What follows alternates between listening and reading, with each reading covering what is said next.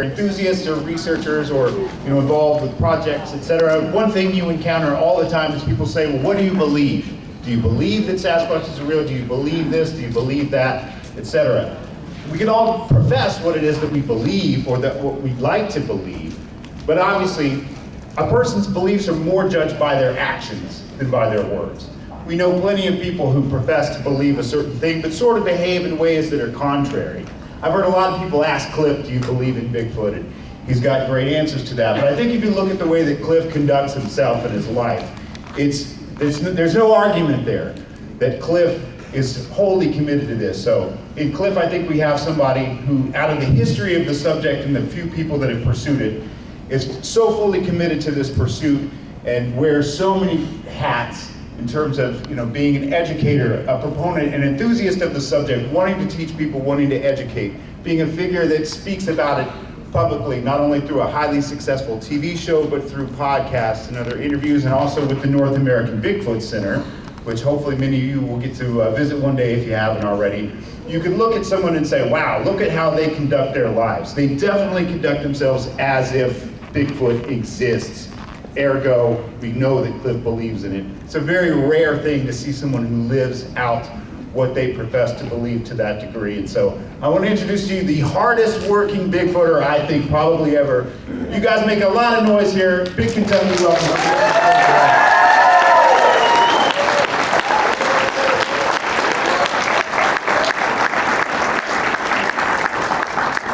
I don't know who he's talking about, but it's very nice to hear lies spread about me like that. I usually hear other things on Facebook.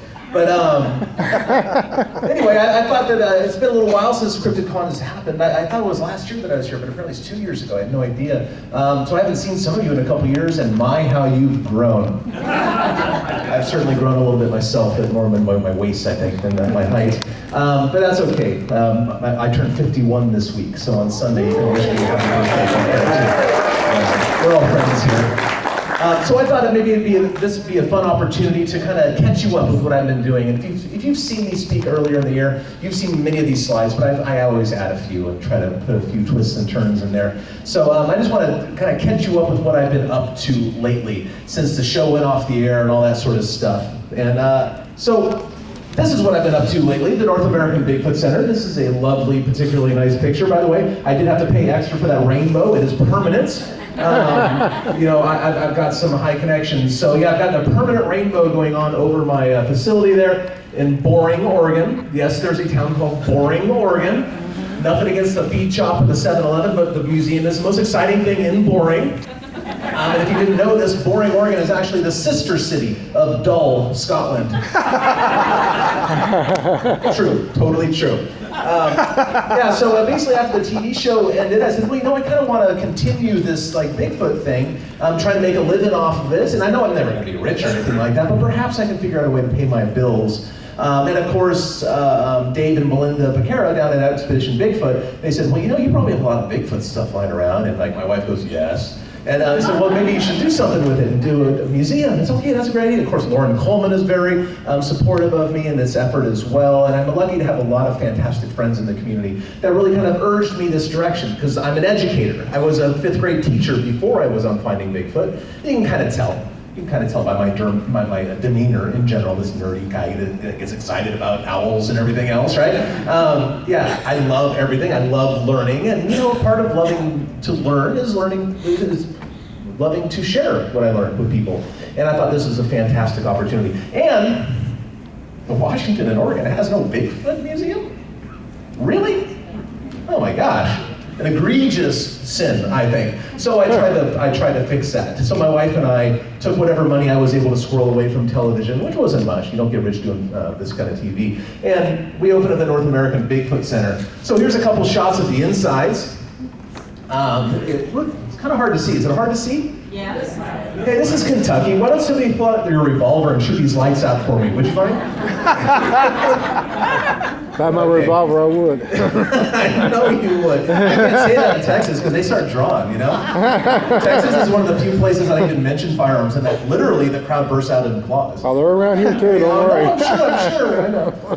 But anyway, yeah, so this is kind of the inside, or some of the shots of the inside of the North American Bigfoot Center. There's Murphy in the middle. Murphy is the most realistic Sasquatch replica I've ever seen. I saw Murphy at the Ohio Bigfoot Conference. It's a piece of art by a guy named Bo Bruns, who lives up in Columbus, who has an amazing facility. He basically makes monsters for haunted houses, like those ones you pay and you go run through and people chase you and stuff. And he makes those, they're animatronic. It's amazing though. Murphy is very realistic, 7.5 feet tall. We're gonna get back to Murphy a little bit later. And there's a couple shots of the inside with some people wandering around. Here's a close-up of a couple of the displays that we have there. On the left, those are the original mattress prints. Gosh, the lights aren't lousy, right? Okay, how about a 22? Somebody have a 22 they can use really fast? As you can see a switch, I'll just start hitting switches until whatever. Slingshot. Oh, they're over here? 12 gauge works better. I have control. Let's see. Oh, wrong way. I'll keep, almost. No. It reminds me of that joke I heard from Stephen Wright one time. That was it? Keep going or something. Keep going. Oh, wrong. Okay. I think I'm in the right. There we go. That's good. One more to go. There's this joke Stephen Wright has that, maybe it's the other side. Thanks, man. Yeah, it's like Stephen Wright says, there's a switch on my wall, and it didn't seem to do anything. So every once in a while I'd go up and go bam, bam, bam, bam, and switch it on and off. And then 3 months later I got a letter from Germany telling me to knock it off. Better. That's as far as Better? That'll Better? Yeah. Very good. Thank you so much. Tim, right? Tim. Another 7-string guitar player, or bass player and stuff. So. Anyway. Oh, that's a lot better. That is better. Thank you so much. Anyway, on the left, there's the original mattress prints. You can find replicas on the table over here. Mattress prints, I'm sure you heard, or maybe you didn't. You probably heard a little bit about that. I gotta talk really fast because I have too many slides and I only have an hour. So, real long story short, Bigfoot ran across a Sasquatch ran across a mattress. I got one of my guys out there. We cut out the fabric itself. We have the actual artifacts in the museum hanging there today. Oh my God. Fantastic. There's a much longer story that's really funny and quirky, and just like all Bigfoot stories, but that's the short version of it. And of course, on the right, there's an artifact from Tom Shea. Tom has a whole room devoted to him. Frankly, he should have a whole conference devoted to him, in my opinion. That is the Nutella cast. It's the one and only finger impressions of a Sasquatch print that's ever been recorded. Tom Shea's the guy that got it, and he was generous enough to give me the original. So, Sasquatches, Wow. Bigfoots are eating my peanut butter. Everybody's always saying that. Well, he got an impression and he cast it. He came back with more than a story about Bigfoot's eating his Nutella. Yeah, he actually cast it. He brought back evidence. And it could not be a human being, because any human being would have eaten all the Nutella. That's right. Yeah, and of course, me, man, I'm a kind of a track nerd. We have a ton of footprint casts on the wall. We have a bunch for sale. The ones I own intellectual property rights, or I can pay a royalty to the owners.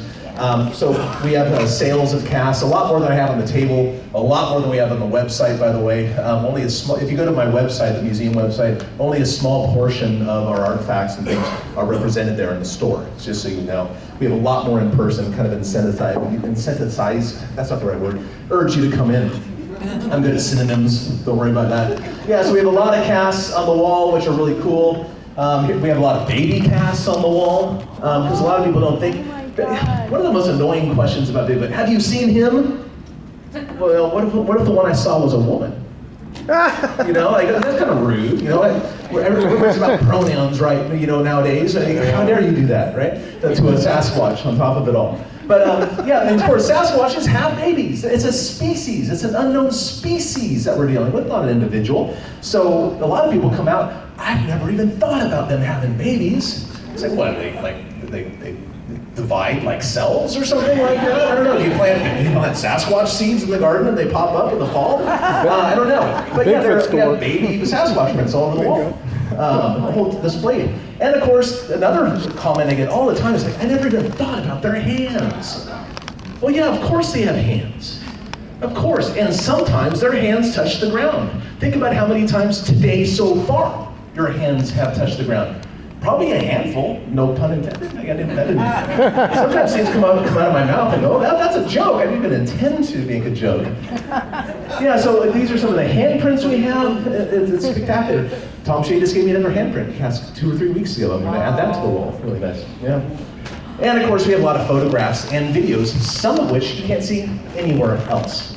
Period. Anywhere. This is one of those pictures. It's a Clackamas River photograph. It's taken a number of years ago, and again, I have a whole 1-hour presentation on just this one photograph. So I would not go into that now because I only have an hour to talk to you. But very, very briefly, this is a Sasquatch, and if it's not a Sasquatch, skeptics have a lot of explaining to do.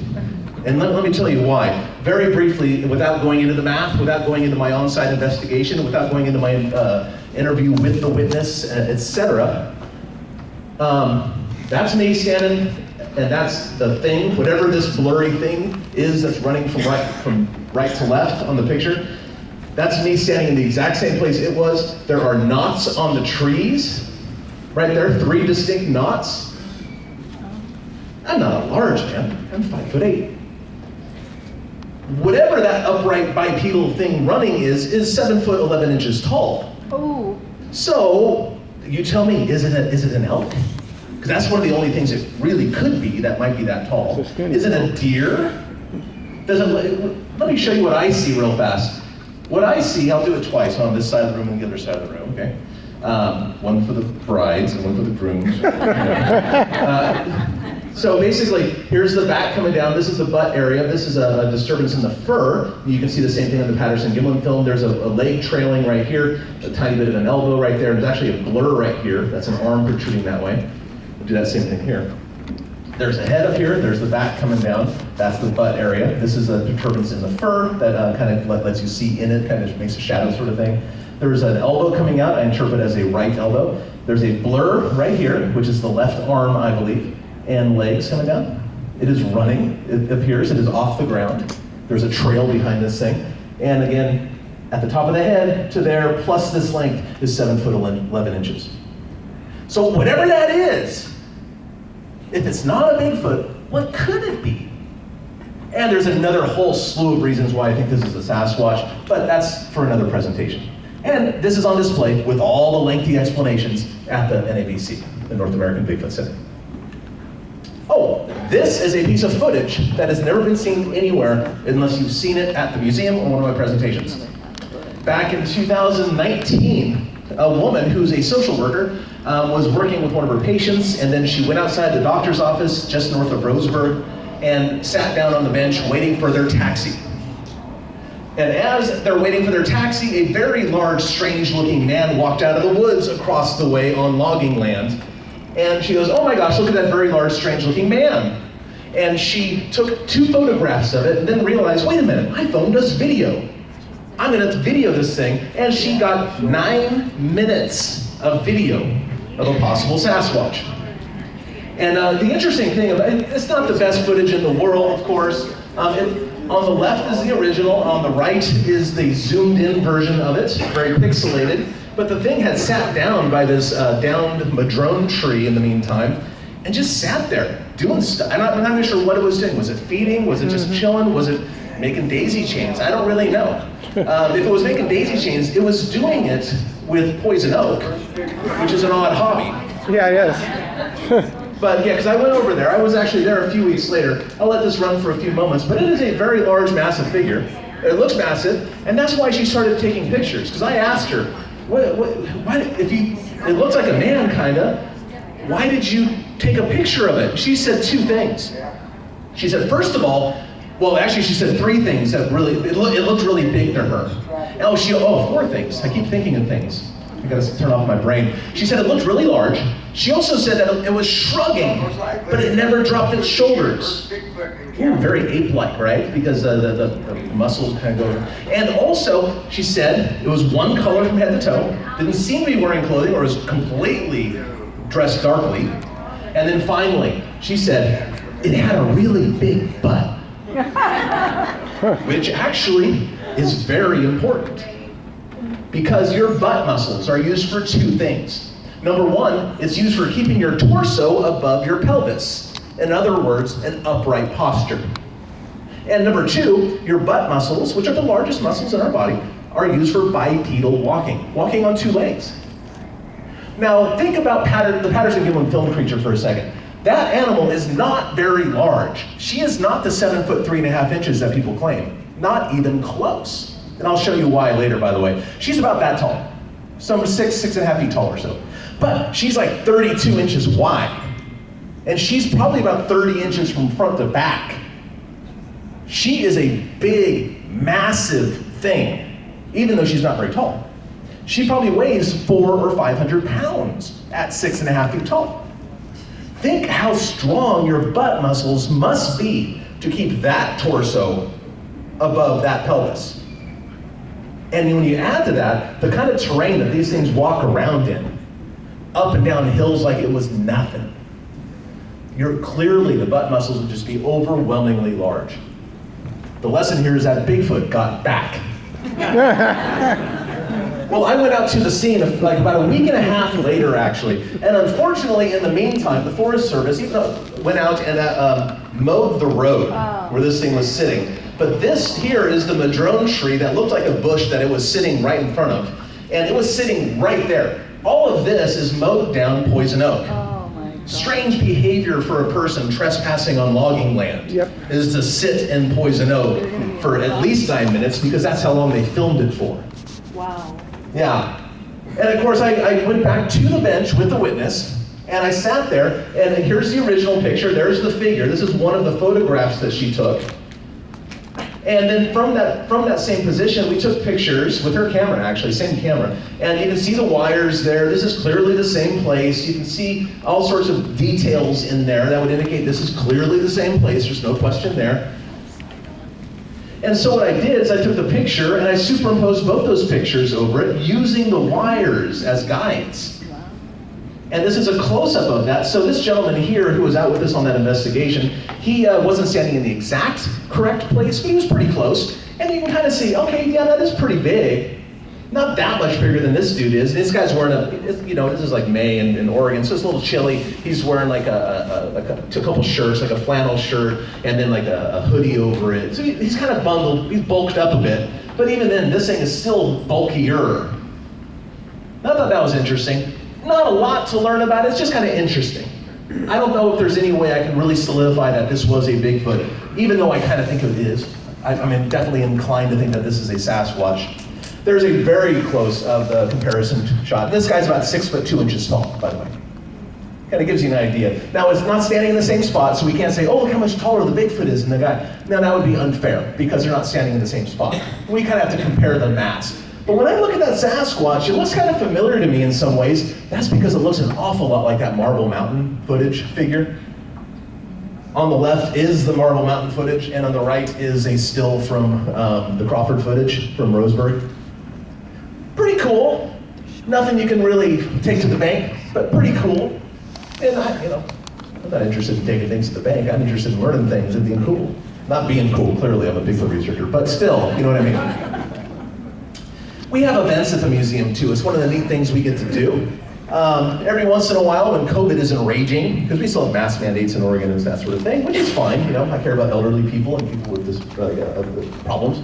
But when we're allowed to, we have special guests. And these are some pictures when Dr. Meldrum came to the shop one time. He's been there twice. We're going to schedule him hopefully again by the end of January. Our special events are kind of special in a lot of ways. That's why we call them that. Limited to 40 people. We have a regular day at the shop, and between 6 and 7 after we close, we invite ticket holders in to hang out and hobnob with whoever the guest is. Dr. Meldrum, we had Kim Gerhard recently, we've had Tom Powell in the shop before. There's Dr. Meldrum hanging out, talking to people in the museum, and my lovely wife and I, and Dr. Meldrum over there. If I put another like 7 or 8 inches taller, I'll look a lot like Dr. Meldrum eventually, I think. But besides special guests, we have celebrities come into our shop all the time. Maybe not the kind of celebrities you care about, or most people care about. Probably you guys though, but my kind of celebrities. My kind. For example, this gentleman over here on the right, Rob Butler is his name. When I found out that Rob Butler was in my store, I flipped my lid. Because I, like probably many of you, subscribed to the Western Bigfoot Society newsletter for a decade and a half, the track record, and his art adorned almost every single, episode? That's not the right word. But you know what I mean. Monthly article? Edition, that's the word I was looking for, although the other ones were lovely too. Yeah, his artwork adorned almost every single edition of the track record. So when Rob Butler walked into my store and he told me who he was, I just flipped. I was so out of my mind. This guy right here, his name's Kelly Lemieux. He plays bass in a band that I'd never heard of before, but apparently a lot of people have. I'm a jazz nerd, I don't get out much. I'm not very aware of pop culture in general, but there's some band called Buck Cherry. I don't know, never heard of him, but that's the bass player. And this guy was kind of shady, right? He's in the back room with a couple shady friends, and I'm walking through, and he says, "Yeah, over here's the Patterson Gimlin film." Oh, but he's going off about it and stuff. And he's a huge character. We had him on the podcast. You can go back and listen to what a character he is. And I said, "Hey, man, if you have any questions, let me know." And he goes, "Man, I could teach a college class on this stuff." And I went like, "Oh, really?" So I schooled him a little while and kind of showed him that he has some stuff to learn still, but he actually is a solid guy, a solid Bigfooter, super awesome guy, kind as the day is long, fantastic friend, and he's actually on tour now, but we're going to try to get together and play some music when he gets back. It's like, yeah, here's jazz. Here, Kelly, meet jazz. And so, here, Cliff, meet a fuzz pedal, or whatever he's doing, right? And on the right here, that is one of the biggest celebrities in all Bigfoot. Nobody knows who he is. There's two Cliffs in that picture, Cliff Barackman, me, and then Cliff Olson, the co-author of Joe Beelart's book, The Bigfoot Highway. He has, I think he saw his first Sasquatch in 1958 and spent the rest of his life researching it quietly along the Clackamas River. A true hero in Bigfoot. He passed away this past year, but to have him in the museum was just amazing, just absolutely incredible, because those are my celebrities.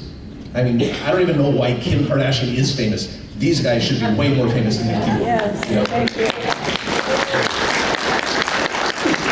Here's some more celebrities that I think are important. On the left-hand side there is Henry Franzoni.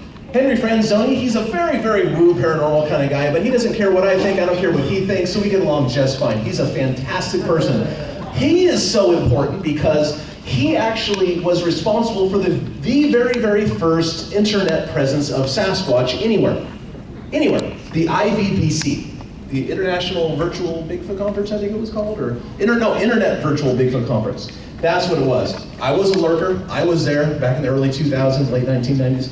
And this thing that he made eventually morphed and changed hands and was redesigned several times and is currently now the BFRO. Ah. History walks into the store all the time. Okay, over here on the right, there are two gentlemen. Well, three gentlemen, if you count me, which I don't. That's Larry Lund right there. He's been investigating Sasquatches and gathering documentation for well over 50 years. There's Joe Beelart, the author of the Bigfoot Highway book that is just fantastic, all about the Clackamas River. It is this gentleman, Larry Lund. It is his fault I am standing here today. Now, he was the first Bigfooter that I met back in 1997. I'm a quiet, introverted homebody, socially awkward at best. Hard to tell because I'm so suave and cool on stage. But in general, that's who I am. And I Bigfooted alone for a long time, or just with my friends. I never reached out to other Bigfooters at all. And I happened to stumble upon Larry Lund in 1997. And I said, and he blew my mind. You know Grover Krantz? You know John Green? Because I've read all their books by that point. You know Renee DeHinden? You know Paul Freeman? Like, I just went down a list. Like, every name I threw. He goes, oh yeah. And he'd go to his files and pull something out. And he goes, yeah, this is, and show me pictures when they're hanging out. And it blew my mind. Because he is a walking encyclopedia of all history of Bigfoot. Fantastic human being. And then these people walk in every once in a while. I don't know what's going on.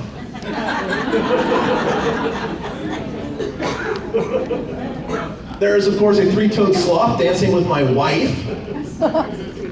Panda bear, of course, and by the way, they were removed from the endangered species list recently. That's kind of cool. Thank you. I'll take credit for that. I appreciate your applause. And over here, I don't know what that is. wolf wearing a suit. And of course, right here, a 7-foot-tall Sasquatch walks through the door one day. Turns out he's my lovely, crazy friend Denise. And she just shows up like that every once in a while. And I said, hey Denise, thanks for coming in. You mind going to wave to cars on the freeway for me? She says, all right. She goes out there for an hour until she gets tired of it, comes back in. Love her. Just so weird and eccentric and just awesome. I love her to bits. And then, of course, we have the witnesses coming in the door all the time. On the left-hand side there is an elderly gentleman who was building roads at the Upper Clackamas River. Actually, the Upper Calawash drainage specifically, back in 1967. And he saw a Sasquatch, and then he had a stare down for like a minute, 2 minutes. Then he went back to the road building crew and brought back several more people, and the Sasquatch was still there. It moved a little bit, but it was still in the area, and they watched it for a while. And then for some reason, being young men, for some reason, I know exactly the reason, being young men, they lit off huge explosives, and the thing ran away. But it ran up a scree slope about that steep in no time flat. But he saw a Sasquatch for a long time, from about 60 feet, 70 feet. It was very close to him. And whenever we have a long, extended observation of a Sasquatch from fairly close range, I take them into the back room and introduce them to Murphy. Murphy is our Sasquatch. I think I mentioned that earlier. We named him Murphy because, well, we probably have some people that fancy themselves to be Bigfooters here, right? You know that if you're out Bigfooting, something's gonna go wrong. Murphy's Law is in full effect. In fact, Murphy's Law dominates Bigfooting. Clearly, Murphy is a Sasquatch.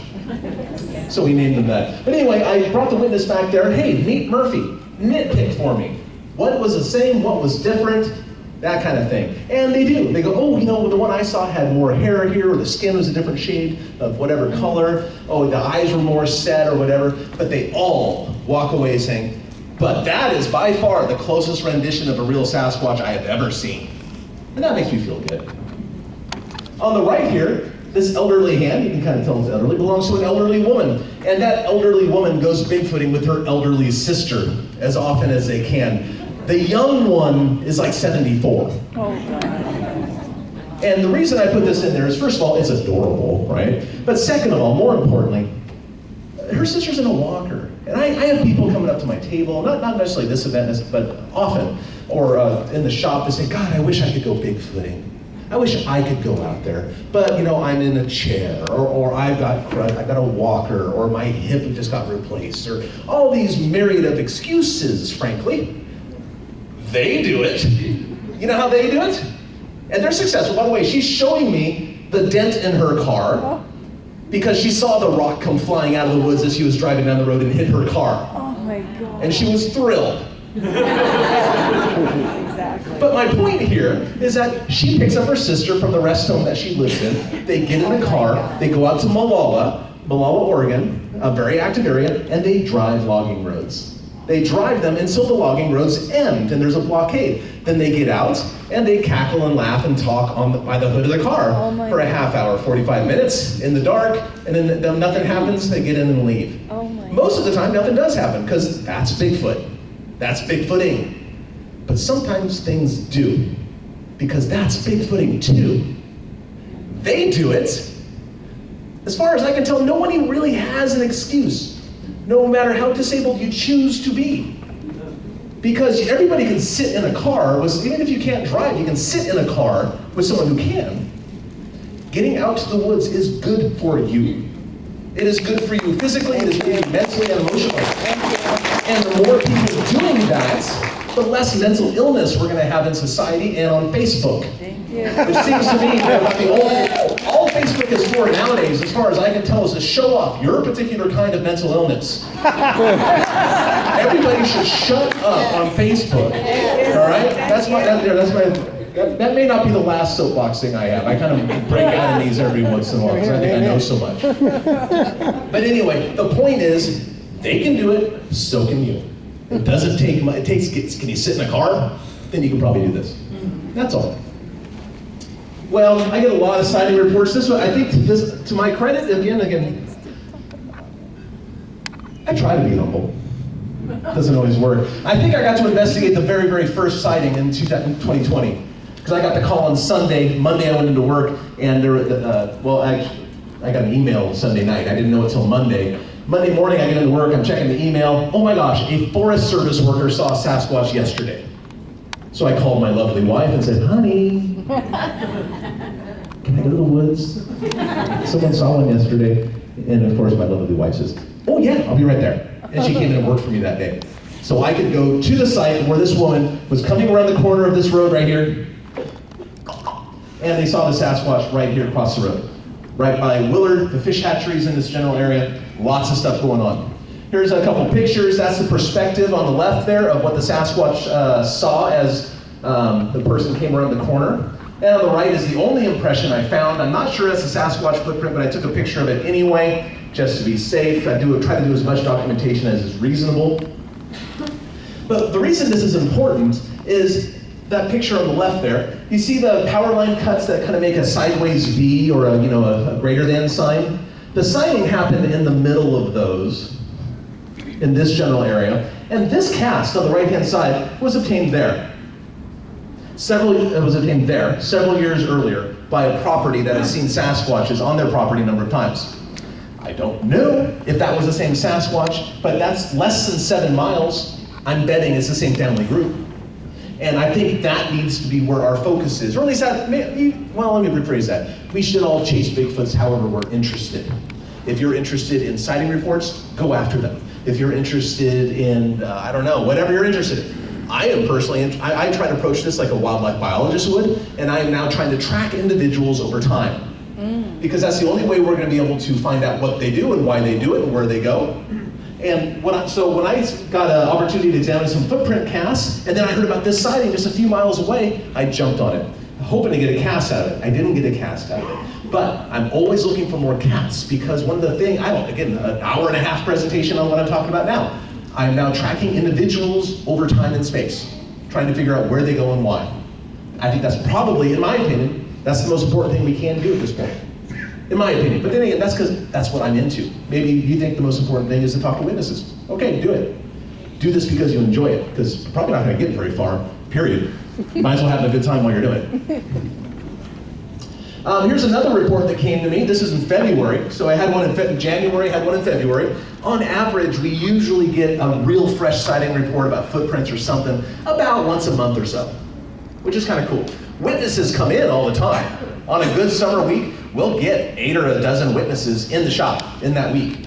And we dutifully record all this stuff and put dots on the map and trying to build a picture of what's going on. But here's a footprint. It's kind of hard to see, but there's the heel. It goes up. There's a toe line across it. You can kind of see it over here. There's a toe line across the top. It's very shallow and gravel. And by the time I got there, it was snowing and raining that day, actually, so it kind of destroyed everything. I could barely see where something had been by the time I got there at 7:30 that night. This was found at about 6 in the morning, as a woman went outside her house and reported it to us. One of Bobo's friends lives up on the Wind River, and that's where this was found, in Washington. But again, I love the field stuff. I love the field stuff, because there's always a chance you're going to get something. Of course, the Olympic Project guys, I know them real well, and Shane came in the shop, and he called me one day. Maybe you've seen the new Seth Breedlove, like Small Town Monsters thing about the nests and all that stuff. Yeah, you probably saw me laying in the nests, and there's a couple stills of me. I look great, by the way, I think. Well, I got the call from Shane, like, hey man, I think we disturbed a Sasquatch making a nest. Ooh. That's the new the new nest site. So I had the opportunity to go out there just a few days afterwards and look around and look for things to cast and bring back. Because this area is fascinating to me, because I have about a dozen footprint casts from within 5 miles of the nest sites. Not collected by the Olympic Project, collected by another researcher who doesn't know where the nest site is. Oh, wow. That's important, especially since the nest, well, I'll get to that. But anyway, so I went out there with Shane. Shane's pointing to a broken branch about 7.5 feet tall over here. Wait a minute. Wait a minute. I have a red one, you have a red one. It's the Sith rule of 2. Oh, I just separated all the nerds from the real nerds in there. Yeah, if you know what the Sith rule of 2 is, like, you're in the right room. I should have brought my blue or green laser pointer. Find some people. Anyway, so I went out to the location with Shane and poked around a bit, and we found, I got to see some really interesting stuff that suggests some really interesting behavior. Because I don't know, I think it's silly to try to prove these things are real unless you're carrying a rifle, because nothing short of that is going to count. I hate to say it, but nothing short of that is going to count. All we can do is push the ball further down the field until we get a dead one, period. Sorry, it's just the way it is. I'm so sorry. I'm not trying to kill one, don't get me wrong, but that's the truth, okay? But I can at least push the ball down the field, and I think that's fun. So I do it. I'm trying to learn about how they live, not if they live. I want to know how they live. And I think I came up with some interesting ideas here. On the left-hand side here, see this log on that picture, the very log on the top there? That was a log, it's about 4 or 5 feet off the ground, and underneath that was another log laying on the ground, and there was a cavern behind here that had been dug out. There's the hole, the cavern, you can barely see right there and there in the picture. So it had been dug out, actually, physically dug out. I know that because there was a pile of loose dirt next to it. And also see the ground here, all this jumbled stuff, all the loose leaves and whatnot in front of it? Those were broken off huckleberry branches, brought to the spot and laid down in a pad. Those were that wasn't leaf bulb. Those were twisted and broken off huckleberry branches brought to that location and laid down in a pad in front of it, which is why Shane thinks that he actually caught a Sasquatch building it, because he heard the thing get out of there. Do you guys know that? Maybe you didn't. Shane and Todd were there walking the ridge and said, hey, there's a flat area, let's go check it out. They started approaching the flat area and all hell broke loose. Like something big was down there. They didn't see it, but they heard it, like branches breaking, and then like a train went down the hill into the ravine, across the ravine, and then back up. And next thing they knew, in a frighteningly short period of time, whatever that big thing was above them. And that scared them so bad that these two big bad guys, holding guns in their hand, quivering, left. Yeah. Guns are wonderful security blankets. Probably wouldn't do a lot to something like this, though, to be fair. So at that point, they let it cool down for a couple days. They invited me out. Cliff, what do you think? And we went out there after we were sure the Sasquatches weren't going to come back and started documenting it. So all this stuff had been broken off and laid at the mouth of this cave. Turns out that cave was about, 2.5 feet wide. And by all appearances, it seems to be a bear den. And remember that tailings I said that it seemed to be dug out?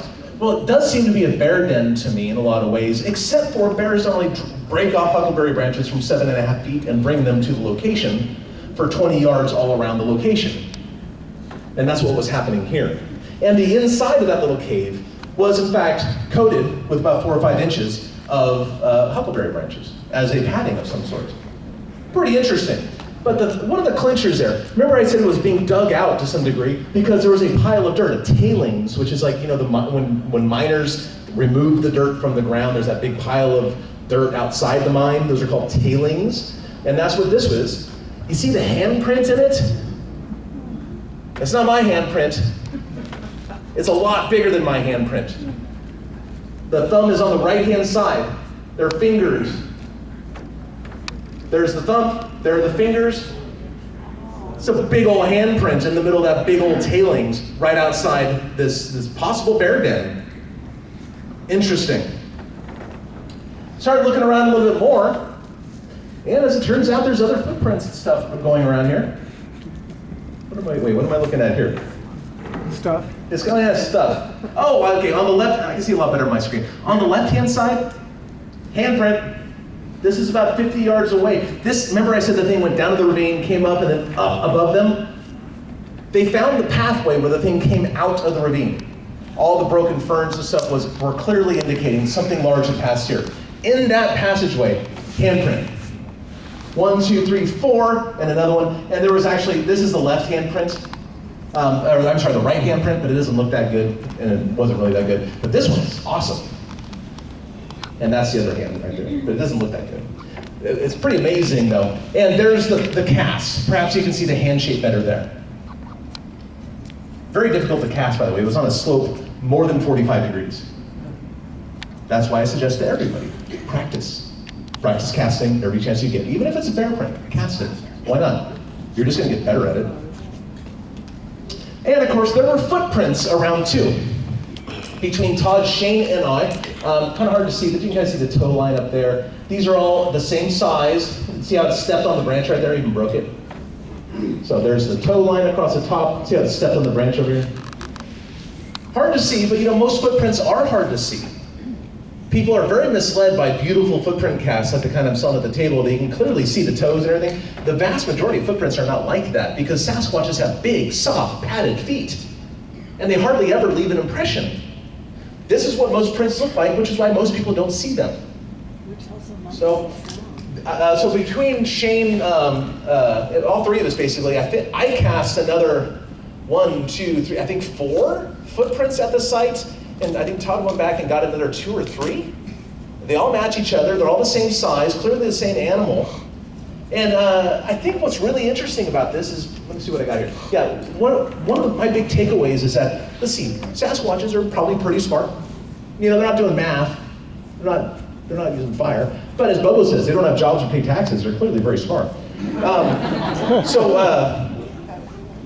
Wouldn't it make a lot of sense? Economically, and I don't mean dollars and cents, I mean calories. Because being an animal, being a wild animal, their whole gig is to take in more calories, eat more calories than they expend getting those calories.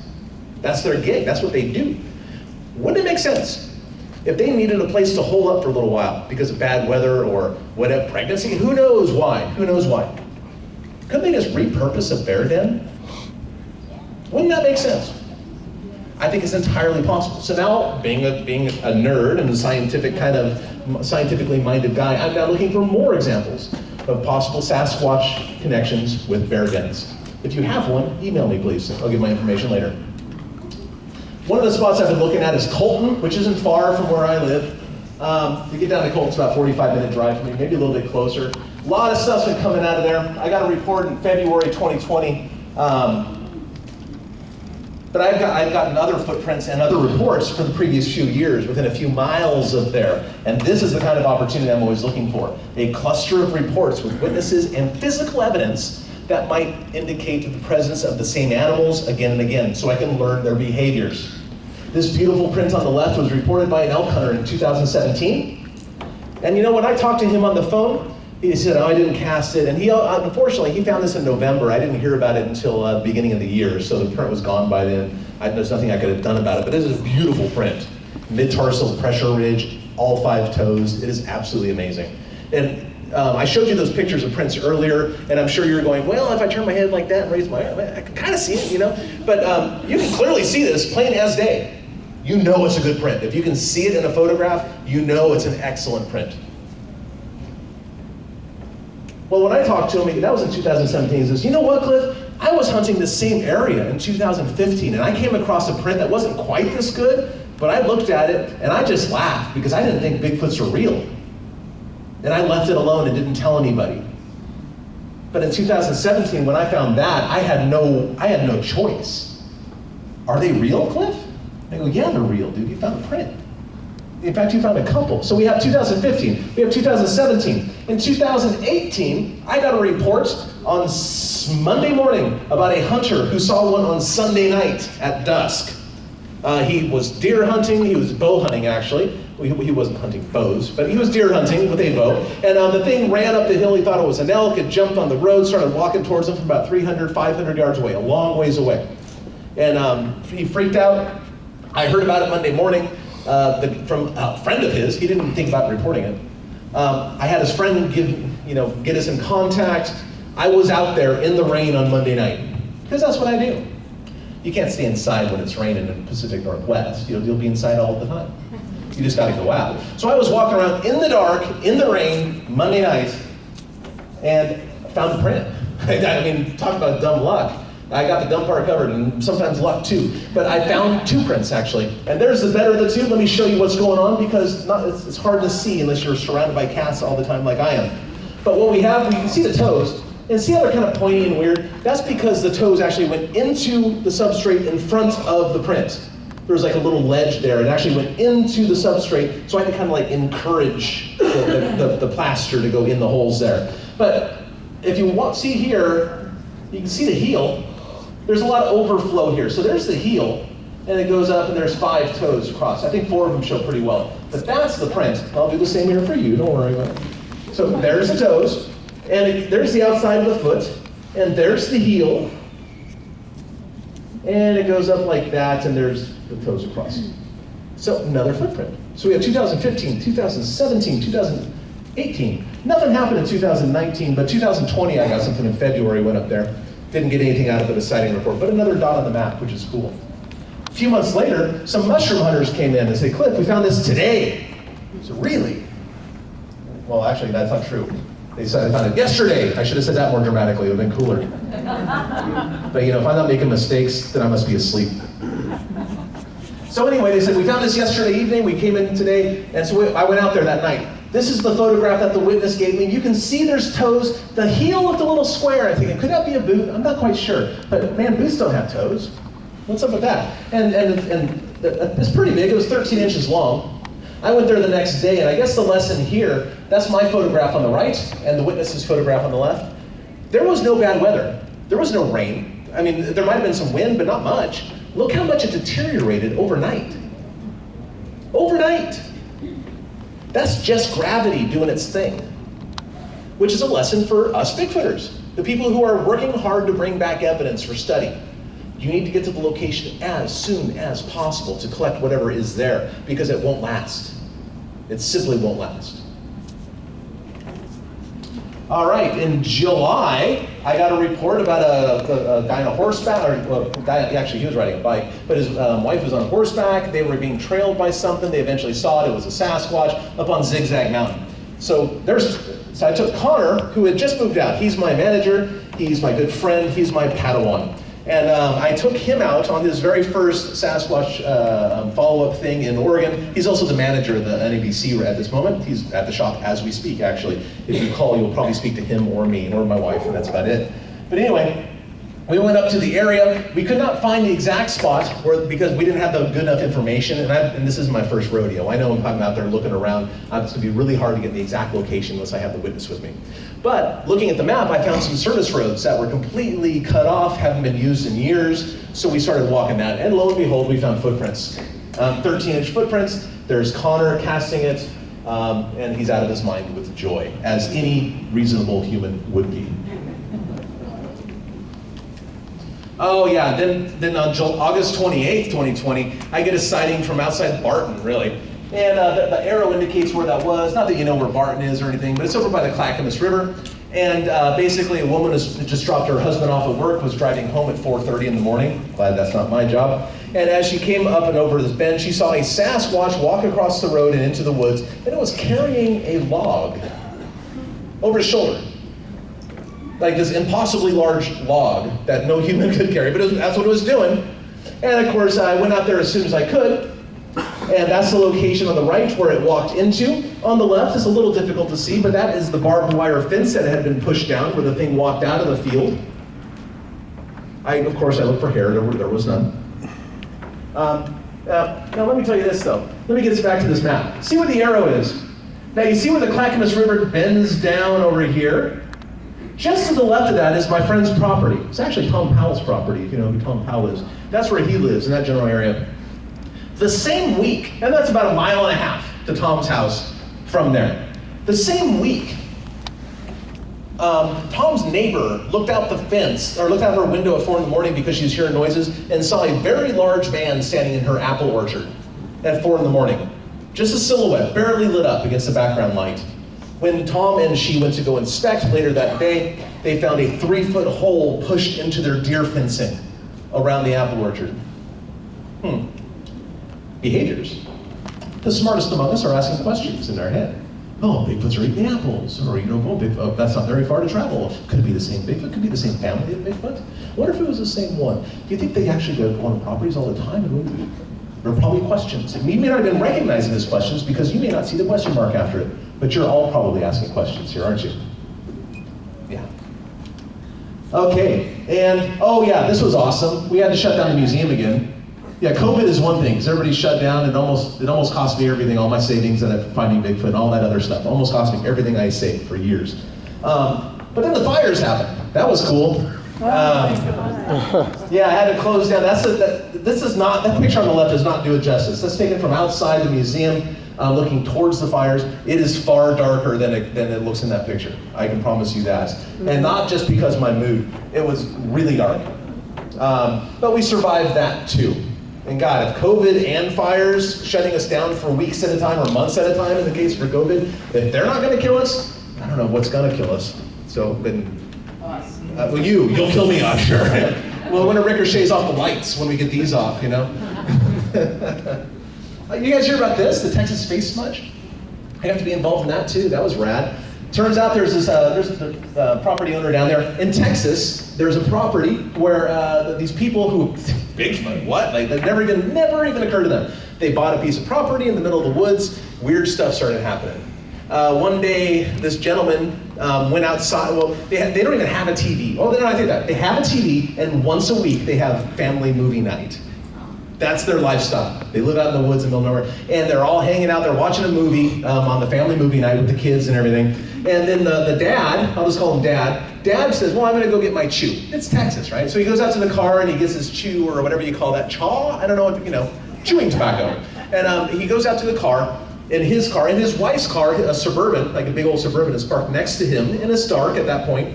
He goes out there, and he gets the chew out of the car, and he's standing there, and he goes, oh, he looks over at the Suburban, and he goes, oh, my wife must have left the shopping bag on top of the car in the back.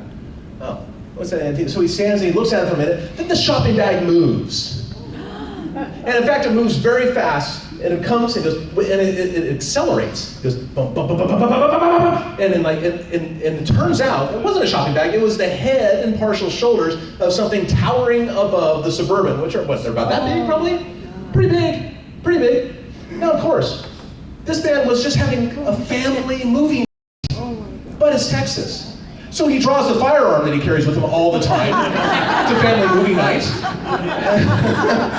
And he unloads 5 rounds into the thing. Oh my God. He says center mass. If you're a gun guy, you probably know what that means. It means right there. I'm not a gun guy. You had to explain it to me.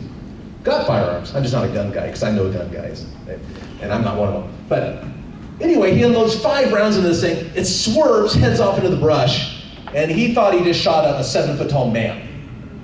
He calls the police. His friend is actually one of the big wigs in the cop shop there. And he goes, "Hey, Daryl," or whatever your name is, "Daryl, I think I just shot a man." And he goes, "All right, you keep it quiet. We're going to keep it. We're going to keep an eye on the hospitals."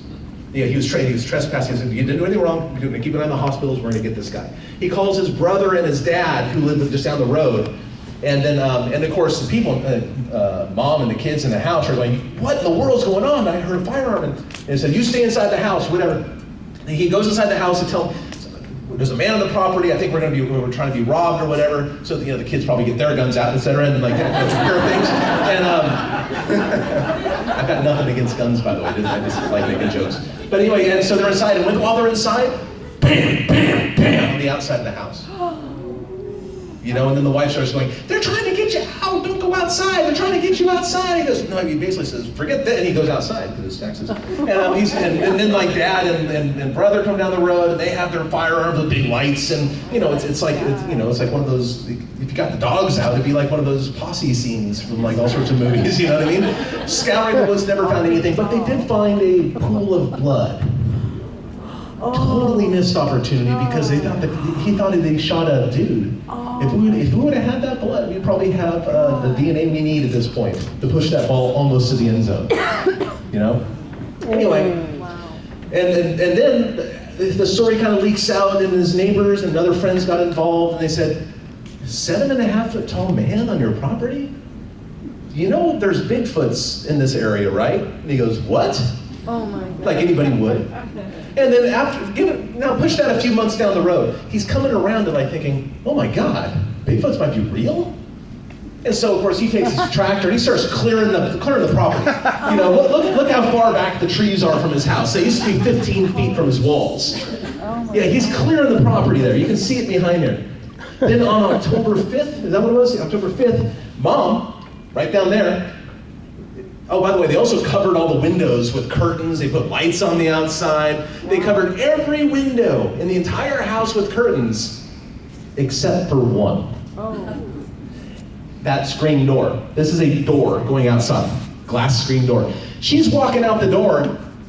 She cleaned the door the day before. She cleaned it, she goes, "Oh my God, did the kids put their hand up? What in the world is that?" And you can see it. That's a really decent picture of it. Seems to be some sort of chin and some sort of nose, maybe top lip or whatever. And the nose, I believe, was 6'3" off the ground. Oh my God. And this is the only window in the entire house that has yet to be covered. It's right at the top. You can see the top of the door. We think the thing might have leaned down a bit. Yeah. Looks like you see eyes. So I happen to be going to the Texas Bigfoot Conference to do this kind of speaking gig that very same month. Mike and Shelley coming to Montana right there, one of the best investigators as far as gathering physical evidence goes today. And a woman on top of that. We need a lot more women in the field because women make amazing contributions all the time and don't get credit for it. But Mike Waldy, her partner in research, he's married, of course, is a wonderful man with terrible sense of humor named Don. But Mike Waldy, her research partner, convinced the witnesses to remove the glass and bring it to the conference. Because they knew I was going to be there and I'd want to do something cool. So I heard about this. I called, and I was already en route by the time I heard this. I gave away my fingerprint kit to another person, to another investigator, thinking that they could use it. So I said, oh, I don't have my graphite. I don't have my brushes. What am I going to do? And I'm en route calling Shelley. I said, Shelley, you're going to be there, right? Okay, do you have this? You don't have one either? Oh my God, what are we going to do? And she came with this idea. She sells makeup. Makeup. So there's her with a makeup brush with, I don't know, my wife's also a makeup artist. I mean, not just the bloody stuff you see on her Instagram account. She likes special effects, but she's like a beauty makeup thing too. And I don't know what kind of makeup that is. My wife could probably tell you, but some sort of light black powder that women put on their face for whatever reason, you know. And there she is. We dusted that print and got the only face smudge lift ever in all Bigfoot history. The only one. But before that, I took samples of the goo that was on the glass. I took 7 samples. They are in my refrigerator at the moment because Doug Hychek is very interested in the chemical composition of that goo on the face of various primates. Turns out he has done chemical analysis on that goo, that oil, and he has now pointed out that gorillas have the same type as other gorillas. Chimpanzees have a different type than gorillas, but the same as other chimpanzees. Species specific, in other words. So I have those samples for him. I took 2 samples for Doug Hychek to do testing on for his new documentary that'll be out next year, Sasquatch Legend Meets Science 2. I took 2 samples for Dr. Meldrum, and I'm keeping the other 3 for myself because science is about repeatability. If they get the same results, I'm going to give it to an independent lab with no dog in that fight and see what they get and see if it comes up the same. Anyway, something to look forward to. The original smudge is now hanging in the North American Bigfoot Center, by the way. Pretty amazing. Oh yeah, you probably heard about this. You probably saw it. Yeah, I did this too. I mean, you probably know about this by now, so I won't spend too much time on it. A lot of fun to get the band back together. We're very lucky to have 3 out of 4 of us here. Bobo's actually, by the way, Bobo's not dead. I want to point that out. Somebody, a very kind gentleman came up to me and said, hey, we want to give you condolences about Bobo dying. And, well, there's a rumor on the internet. Of course. There was. Somebody made a film. It's always true. Oh yeah. Bobo, I actually called Bobo. Bobo, you dead? No, he's doing okay. Yeah, so Bobo, Matt, Renee, and I, filming the scene there. That's actually my backyard. One of the scenes we had to go back months later and film in our backyard. In my backyard, actually. We're no longer in West Virginia. One of the scenes, if you look at the one where there's an ATV, and we talked to Renee for a second, that was actually my backyard. Spoiling the TV magic. But anyway, yeah, they're called pickup shots. You have to do that sometimes after you film a whole episode. You have to put something in there, you know, to kind of make the story make sense. Oh yeah, but one of the things about that episode, you remember that guy who said he saw a Sasquatch and he got kind of a weird picture of it? This is the picture right there, actually. Where is that Bigfoot? Oh yeah, he says that's the Bigfoot right there, behind that tree. It might be. It might be. It looks. There it is. One of the things that bothers me, one of the many things that bothers me about television, is that it's such a shallow, superficial medium. And they cut out so much good stuff for the sake of brevity in the story, and I think they underestimate the audience in a lot of ways. They don't give you all the information, they just give you quick and easy, and keep on moving, that sort of thing.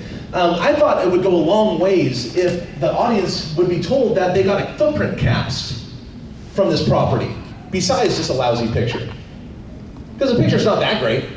Might be a Bigfoot, but they also got a footprint cast. There's a footprint in the ground, very clear toes, nice heel, and Billy, the guy who got the picture, he gave me the original cast. Oh, wow. That doesn't sound like a hoaxer to me, you know? That's kind of cool. But anyway, I thought that you guys would like to know about that because you've probably seen the 2-hour special that we filmed. Pretty neat stuff. Here's a cast that I love because it's January 2021. This is the first piece of evidence that came in this year, to my knowledge. And it was cast in an area that we've been keeping an eye on at the North American Bigfoot Center for some time. Because remember all those witnesses that come in all the time? Well, what we're seeing now is that there are clusters of reports and they don't change. Decade to decade to decade, they're seeing Sasquatches in the same general area. The same like 10 mile by 10 mile area or so. That's where all the reports come from.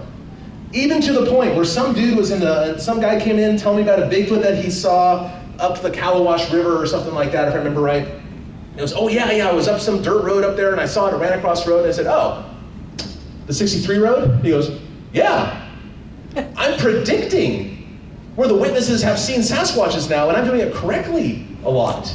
That's the pattern, that's the power of data gathering. That's what you can get if you look at the data long enough and you have enough of it. And because of that, I'm reformulating my ideas of what Bigfoots do and are. Maybe not are, but certainly do. I don't think they move around so much. And one of these spots, we call it Easter Island. We give all of our locations code names so we can talk about them publicly. The Blueberry Bog, Easter Island, Will Call Hill, all these things are just code names. You can't find them on a map. And when Connor does his magic with his videos and things like that, he always changes the map, by the way, to match it. So if you're one of our members and you've seen these videos with the maps, those are fake maps. We put our names in there, not the real ones. We don't want you to know where we're going. Because I'm not going to tell you where my best fishing holes are either. It's that sort of thing. Well, actually, it's mostly so we can eliminate hoaxing to some degree. You know, we don't want to do that sort of thing. And there's already 4 or 5 people working the spot anyway, you know. But anyway, first cast of the year, I thought that was kind of cool. We call this place Easter Island. It's not the only cast of the year. Once we got that cast, we didn't cast that, by the way. A guy named Frank Knieser brought that cast to us and shared it with us. Look what I got. And so we said, oh, where is that? And we figured out he told us where it was, although not exactly. He's kind of vague about things like that. But we started walking the roads. Keith and Connor, another contractor that I work with all the time at the shop, they would go out 3-4 times a week after work and go walk roads. And within 2 weeks, they found a whole line of footprints. Not bad prints either, I might add. And they found 2 of them. They told me about it. I got out there the next day. I was tied up that previous night. I got out there the next day, and I found 6 more. Right there in the road. There's pictures of the ones that I found, which is easy. You can see why they missed it at dusk. Right? That's a big flat area. The toes are actually here, right underneath this log. The stepping on a lot of these sticks. And there's another picture of another print. Notice how it pushed the ferns into the ground. And of course, there's Connor there, and Keith. We got to work. We cast the 2 that seemed to hold plaster at all, and brought them back, and they look terrible. The footprint photographs look great. The cast look terrible. We can't even, heads or tails, hard to make out. Which is a lesson again. I'm bringing all sorts of lessons to you because I'm an educator. You should always take a lot of pictures of every footprint impression in the ground and then also cast it. Because there are many examples like these that look amazing in the photographs and the casts look terrible. And there's other examples I can show you from the Tom Shea data set that look terrible in the ground, but he put plaster in and he got something amazing. Always, always do both. Or just don't call yourself a researcher. Ooh, how's that person tough love? Yeah, clip gets dark every once in a while. Call yourself an aficionado. Call yourself a fan. Call yourself, call yourself late for dinner. But don't call yourself a researcher unless you go all the way. You know? Call yourself, I'm a learning researcher and I'm trying to do better all the time. That's what I do. That's what I do. I'm always trying to do better. Again, the only time I'm not making mistakes is when I'm sleeping. And that's why I know so much, because I've made all the mistakes by now. I've been doing this for 27 years. I've made more than my share. Oh, look at that guy, Grant Mullins. I'm glad he's dead. Well, let me change that. They always say you should only speak good of the dead. He's dead. Good. Now, the reason I say that, of course, is that he's a known hoaxer. He had been hoaxing stuff all the way back to the late 1930s. In fact, you know Ray Wallace, another very, very well-known hoaxer, they lived in the same town, and they got in this argument about who's a better hoaxer. No, you bought your fake stompers from me, you still owe me money for those stompers. You know, you throw a couple snakes in the pit, they're both gonna bite each other. You know what I mean? I'm not a big fan of hoaxers in general. You know, I think there's some sort of mental illness going on there for a lot of times. But maybe he was a lovely man. I don't know. I don't care. But anyway, see those guys, those big fake stompers? They're a really popular picture. You've probably seen it. Most of you, I'm assuming, have read Dr. Meldrum's book. That picture is in the book. We got the stompers in the museum. Those same ones. Those same ones. His autograph is on the back. 1982 is when he did a news piece and he wrote that on the back of them. See, a friend of mine, a guy named Doug Gillette, his birthday was last week, he turned 81. And he's a Bigfoot witness, he saw them back in the 1940s. He's a friend of mine now. His nephew, I think, bought a house in Toledo, Washington. And whoever had the house before him was a hoarder of some sort. And when they were clearing out the shop, they found those. He goes, oh, my uncle saw a Bigfoot, he likes Bigfoot, I'll give these to my uncle. Doug, his uncle, says, oh my gosh, this is historic. This belongs in Cliff's Museum. And he's right, it does. We have a whole panel, a whole display on fakes, because I have learned more about real footprints by studying the fakes than I would have ever otherwise. They're very important. So if you go out there and you think that, oh, those footprints are fake, good, cast them. Take pictures of them as I told you to. That's what you should do. There are fake footprints in my collection. I did not fake them, I collected them. There are fake footprints in Paul Freeman's collection. Doesn't make Paul Freeman a hoaxer. He did what he should do. He did what you should do. He cast them and brought them back. Because in the same way that we can learn where individual Bigfoots are going over time, we can also learn where the hoaxers have struck. And that is equally important. Right? We're all on the same team here. I'm helping you out, trust me. There's the hoax footprints.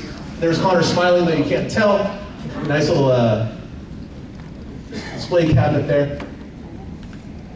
Oh, this is kind of cool. This is Buncombe Hollow. These photographs are from 1974. Buncombe Hollow is up in Washington. And it turns out, remember that guy, Doug, I just mentioned, just turned 81 years old? His family, turns out, owns the property that this happened on. Some loggers saw a Sasquatch run. That's Dr. Krantz on the right and Robert Morgan on the left.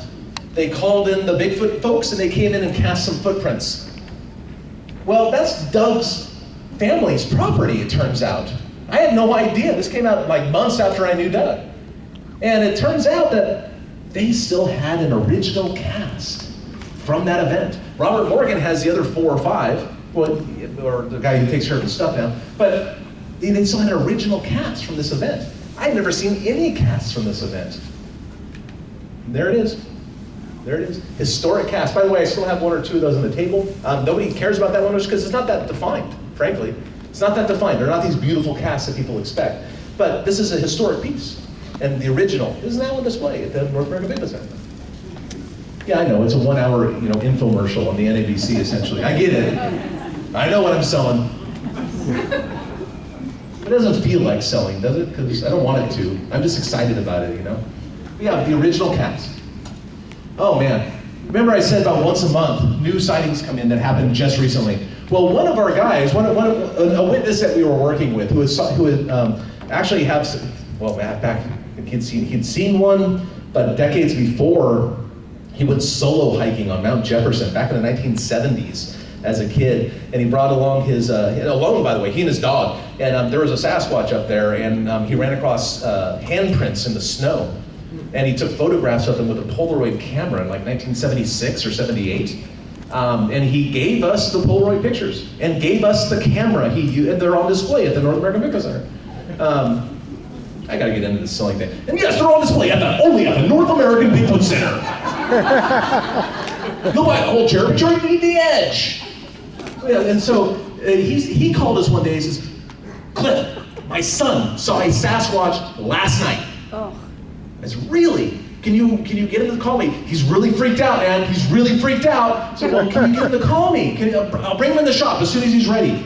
And and then crickets for for a week and a half, nothing. And Connor actually took the call. We didn't get his phone number. He's like, oh man, we can't call him back. And eventually he brings him in.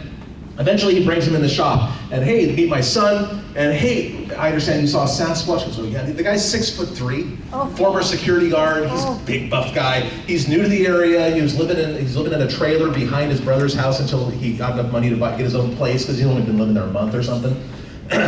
And he works late. He gets off at like midnight 30. He's driving home from work, comes around a corner, and then what he thought was a dude in a ghillie suit rushes in front of his car, right in the lights. And then he goes, oh my God, whoa, he swerves and he stops the car and he goes, what in the world is that? And like right in front of his car is a stump. And one side of his brain is going, my God, look at that stump, it's big. And the other side of the brain is going, you drive this every night, there is no stump. And his mind argues back and forth for a few moments until the stump stands up. And the stump, and by the way, here's the stump. That's 12 feet where he was sitting. That's the distance he saw this thing from. And one of his headlights is all cockeyed because his kid hit a pole or something a few months before. So it's shining up. This thing gets up, goes, and just looks at him. And this dude goes, and he had one of the best observations, close range to a fully lit up in the headlight Sasquatch that I've ever investigated. He saw the eye color. He saw the sclera. He didn't see the teeth, it was closed for a minute. He saw the hair, he saw everything. It was so good, 12 feet away. And he is just pooping bricks, if you know what I mean. And he's going, and the Sasquatch goes, at first it goes, Oh my God. which didn't help the man be calm at all, of course.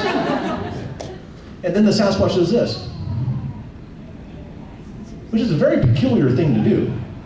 He took that as, get the heck out of here. So he got the heck out of there. But I kind of wonder, what is that? And he saw the hair dripping off the arm, like that kind of thing, which of course is an adaptation for rain. I don't know if you knew that or not. That's why cowboys have those long tassels on their leather jackets, so it can shed rain. That's why orangutans have that, and that's why Sasquatches have that too. It's a perfectly normal adaptation. Lots of animals have that.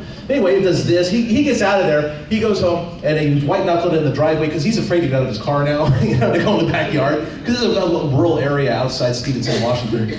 And his brother comes home, and he goes, what in the world are you doing? And he goes, I just Bigfoot. And they go, let's go. And he goes, no. And he stayed there, and his brother went there and came back, and he goes, I didn't see anything there, and it sure stank. Oh, that's interesting. Now, see that house behind me there? It's vacant. It has been vacant for months. There are usually deer bedded down on the lawn, which is why he was going slow around the corner, I might add. There are usually deer, and he showed me pictures on his phone of deer that he took at that location from previous days. I am standing at the place where the thing was hunched down. The stump. I'm standing there. I'm 5'8". That pole behind me could not be seen by the witness because the stump was in the way. Pretty big. There's a drawing Connor did of the situation. Found a footprint on scene, even though I was there a week and a half later. The footprint was about 35 yards away, so it was not made at the same time that he saw the Sasquatch cross the road, because that was a different place. While we were there poking around looking for stuff, by the way, I'll show you a better picture of the footprint in a minute. While we're there looking around, this is like a neighborhood. This is like a rural, suburban kind of rural neighborhood. There's a green belt on one side that goes down the river, but the high school is like 150 yards away. There are houses. I mean, that's a suburban place. So you think, oh, Bigfoots couldn't be there. You're probably wrong. Bigfoots don't care about what we expect. They go wherever they want. And you only own your property during the day. It's an important lesson for all of us. Well, as we're there, the guy who lives across the street from where the Sasquatch ran, where it ran out of the bushes, he kind of comes out, because his little yippy dog is and like freaking out. And so I go up to him and say, hey, yeah, sorry about your dog, man. He goes, oh, that's fine. What are you doing, man? What are you doing? I said, oh, see that dude over there? I was there with the witness. That dude said he saw a Sasquatch here. And he goes, ha ha ha ha, you fool, right? He clearly didn't believe Sasquatches were real. I go, yeah, well, that's what he said. So have you been hearing you've been hearing anything weird lately or something? Oh, no. When was this, by the way? Oh, it was about a week and a half ago. No. Well, what do you want to tell me, man? And he goes, well, we sleep with our window open. That's about the same time that we smelled that thing. I go, oh, go figure. So you don't hear anything weird? He goes, no. Sometimes a neighbor, though, he points across the street to the other side of that vacant house. He goes, sometimes my neighbor goes out in his yard and yells in the middle of the night. Oh, really? Have you seen him do this? I said, well, I saw him outside once after I heard it. So you've never seen him yell at 2 o'clock in the morning on his lawn? No. Are you sure it's him? You're starting to make me wonder. That's the least I can do. Oh my God. Yeah. Anyway, found a footprint going up a slope. I cast it for a change. I don't always pass things on to Connor. There's the print. Doesn't look like much, but it does line up nicely. Let me show you what's going on. The toes are actually here. A lot of overflow, and this is actually a mid-tarsal pressure ridge. There's the inside of the foot, the medial side, as we say, and yeah, so it's actually a half cast. It compares very nicely to the Dr. Meldrum half cast. There's a mid-tarsal ridge on both. There's the toes on both. Different perspective of it. By the way, this is a still from one of our patron videos. We have a membership at the museum. You get 2 documentaries a month, and this is a still from one of them when I do a deep dive on that particular cast. I do a 15-minute documentary on just that one cast and why it's important. Toes plays really nice. It does line up really nicely there too. And there's the toes. You can kind of see the toes. There's some hints of the 5th digit over. Actually, it's the 4th digit. So he kind of outlines them a bit. And look at the toe splay. It's just really nice. I like the ugly casts. You know? I also like the troublemaker kids in my classroom. I have a weird taste in general, but I like the ugly casts because they teach us so much. Oh yeah, I'm almost to the end, by the way. But anybody go to the Medellin Falls conference? Well, I didn't go either. I was invited, and I'm not going to go unless I'm invited. So anyway, apparently these 2 people were there, and they were claiming to have original Bossberg footprints. You know Bossberg, like the cripplefoot situation, they call it?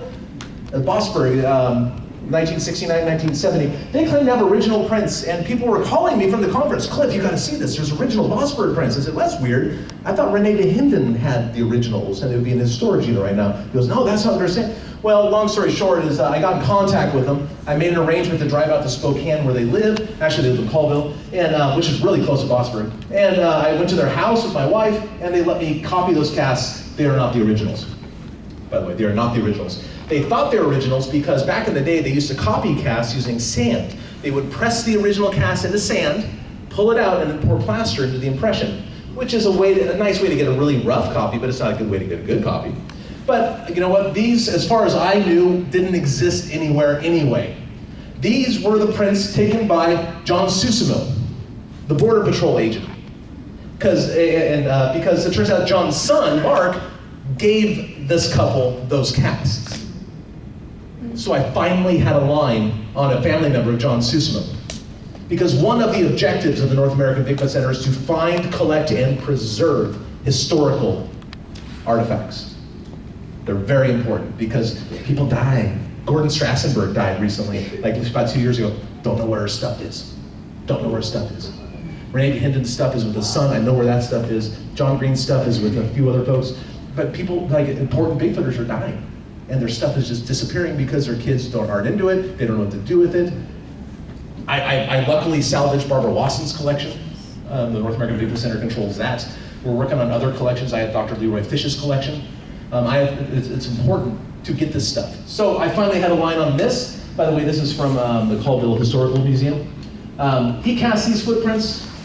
That's me copying a copy of the footprints, and I now know where the original footprints are. They're with his son. Yeah, and I talked to Mark, I said, where are the originals? I think my son has them. Yeah, I think my son has them. Where does your son live? Oh, Milwaukee, Oregon. Oh my goodness. 20 minutes from my door. I'm still trying to get those. I didn't get those, but I did get these. John Susimo apparently pushed the original casts into big blocks of plaster. These are positives of those same footprints. Nobody knew these existed. These had never been seen before. And the originals are now in my garage. And I made first generation copies to be displayed in the North American Bigfoot Center. The originals are going back to the owner because they're family heirlooms. That's what should happen. And because of this, this is a picture of Dr. Grover Krantz examining the prints in the ground. This cast has now surfaced. I don't know if this is an original or a first. Either I have the original or Dr. Meldrum does, because we both have similar casts, a new mystery to unravel. And the last thing I want to say, we have a microscope for hair analysis. You get a hair, you want to know what it is, let us know. This is brand new, about 2 or 3 weeks ago. The whole point of this, by the way, is that you live in Kentucky and I live in Oregon, that's where the museum is, but there is a way for you to participate. This is the sell-up, by the way. I'm upselling you now. A fair warning. You can participate in the museum. There are a handful of members in the audience right now. Ask them. Anybody want to volunteer that you're a member? You can if you'd like. Raise your hand if you are. Look around. If you're interested in becoming a member, ask them if it's worth it. Okay? I'll tell you it's worth it. Ask them if it's worth it. Okay? Don't believe me. I'm just selling you stuff. It's a subscription thing, $6 a month. You get 2 documentaries we make every month. You can see us do these on-site investigations. You can see me do these deep dives into pieces of evidence. You can see me do Q&As. You can see me do all sorts of crazy, weird stuff. Be a member. It's cool. I am. Not cool. Remember. Oh yeah, I also do this podcast thing with Bobo every single week. Maybe you want to listen to that, The website's right there. I don't know how to download a podcast. I really don't. I guess I'm just too old. I'm turning 51 this week after all. But I do know how to work the internet machine. And that internet machine has this website thing right there. And there's a player in the website that is way better to subscribe because it helps Bobo and I better. By the way, Bobo's not dead. Prove it. I can listen to the podcast. That's where you can reach me. Thank you so much. I'm sorry over time. Come talk to me at my table. See you next time.